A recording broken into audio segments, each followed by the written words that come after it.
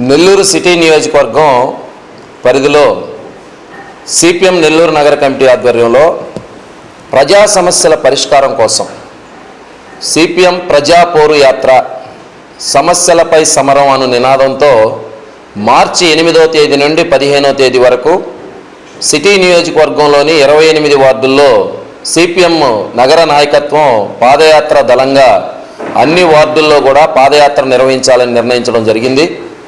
ఈరోజు నెల్లూరు సిటీలో ప్రజా సమస్యల పరిష్కారం కాక సాధారణ ప్రజలు తీవ్రమైనటువంటి ఇబ్బందులు ఎదుర్కొంటున్నారు.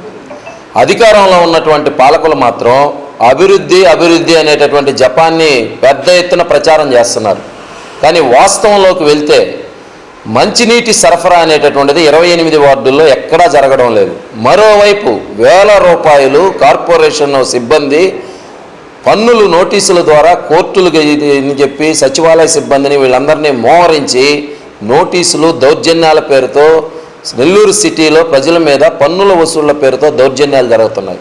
దోమలు స్వైరవిహారం చేస్తూ ఉన్నాయి. నెల్లూరు సిటీలో 70% పైగా ప్రాంతాల్లో రిజిస్ట్రేషన్ పట్టాలనేవి లేవు. ఒక్క రూపాయి కూడా ఖర్చు లేకుండా నెల్లూరు సిటీలో ఉన్నటువంటి ప్రజలందరికీ కూడా రిజిస్ట్రేషన్ పట్టాలు అనేటటువంటివి రిజిస్ట్రేషన్ సౌకర్యం కలిగిన పట్టాలు కానీ అందిస్తే ఎంతో మేలు నెల్లూరు నగర ప్రజలకి అందుతుంది. ఈ విషయాన్ని పలు దఫాలు ఇప్పటికే డిమాండ్ చేసాం, అయినా కానీ పరిష్కారం కాలేదు. అదేవిధంగా డ్రగ్స్ గంజాయి ఇవి పేట్రేగిపోతూ ఉన్నాయి.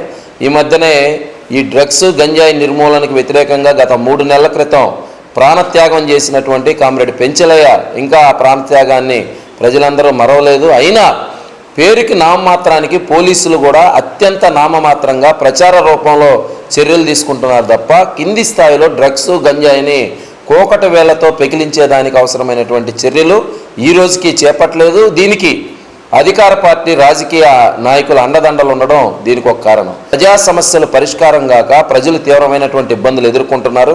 ఈ నేపథ్యంలో సిపిఎం సిటీ కమిటీ ఆధ్వర్యంలో మార్చి 8 నుంచి 15వ తేదీ వరకు ప్రజా సమస్యల పరిష్కారం కోసం ప్రజా పోరు యాత్ర సమస్యలపై సమరం అను నినాదంతో ఈ పాదయాత్ర నిర్వహిస్తూ ఉన్నాం.